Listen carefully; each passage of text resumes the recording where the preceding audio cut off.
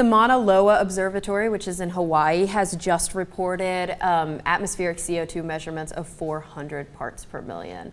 Now, this is a really big tipping point for a lot of atmospheric scientists. And really the reason they say that this is such kind of big news is more that it has a psychological impact on us. It's not that 400 parts per million is any different than 398 parts per million, but it was sort of a line in the sand that was drawn many, many years ago, and we've apparently crossed it, and it seems like the future is looking kind of bleak.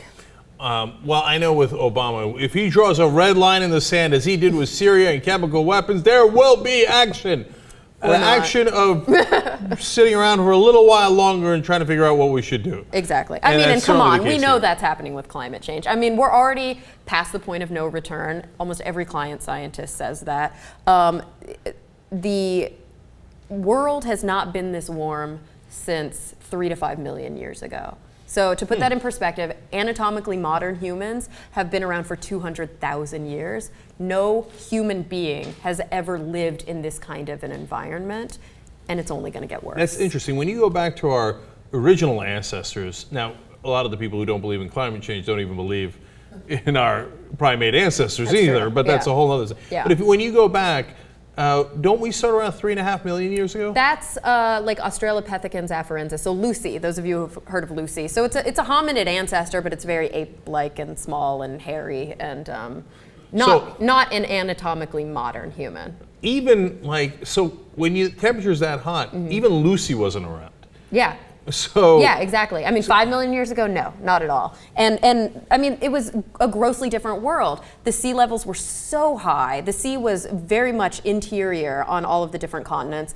We had forests almost reaching out to the coast. There was almost no sea ice, or I should say there was significantly less sea ice. And totally different organisms were thriving at the time. You know, we're going to see rapid change in ecology because of this. But we've been preaching this for years and years and years and years, and the difficulty is, what do we do about it? And so, kind of in related news, Obama has made some statements recently. Has he? He's made statements. He's made statements. I'm sure that means action is coming right after that. You know, since the appointment of a new energy secretary, Ernest Moniz, Obama kind of echoed his sentiments, and he said, if I've got somebody who has a different approach to dealing with climate change, I don't have much patience for people who deny climate change. But if you've got creative approaches, market-based approaches, tell me about them. So in some ways, it seems like he's trying to have it both ways. Of course, it's Obama, of course.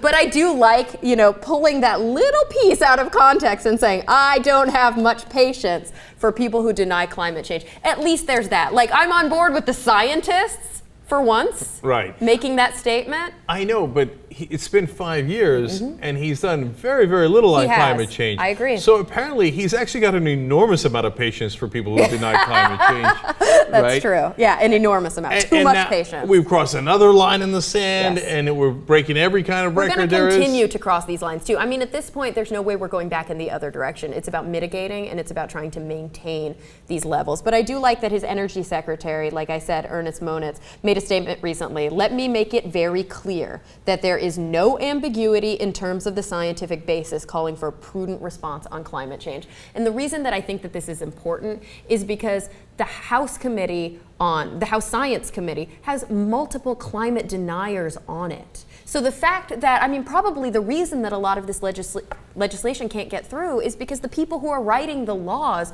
don't believe that climate change is even happening. So at least our energy secretary is making these unequivocal, unambiguous statements about it.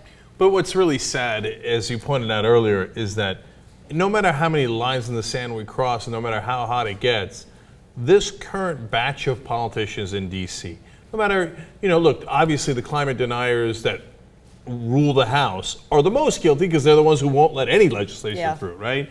And the president shares some culpability because he's not made this a priority at all, and sometimes has gone in the wrong direction. And my guess is he will approve Keystone Pipeline and go further in the wrong direction. Yeah, but I fear that too. But what's indisputable is Washington overall is not going to do anything. So as we, you know, go forward and the planet gets hotter and hotter, and we live in an environment that human beings have never lived in, okay? and probably for good reason, we know that our representatives, at least for the foreseeable future, will take absolutely no action.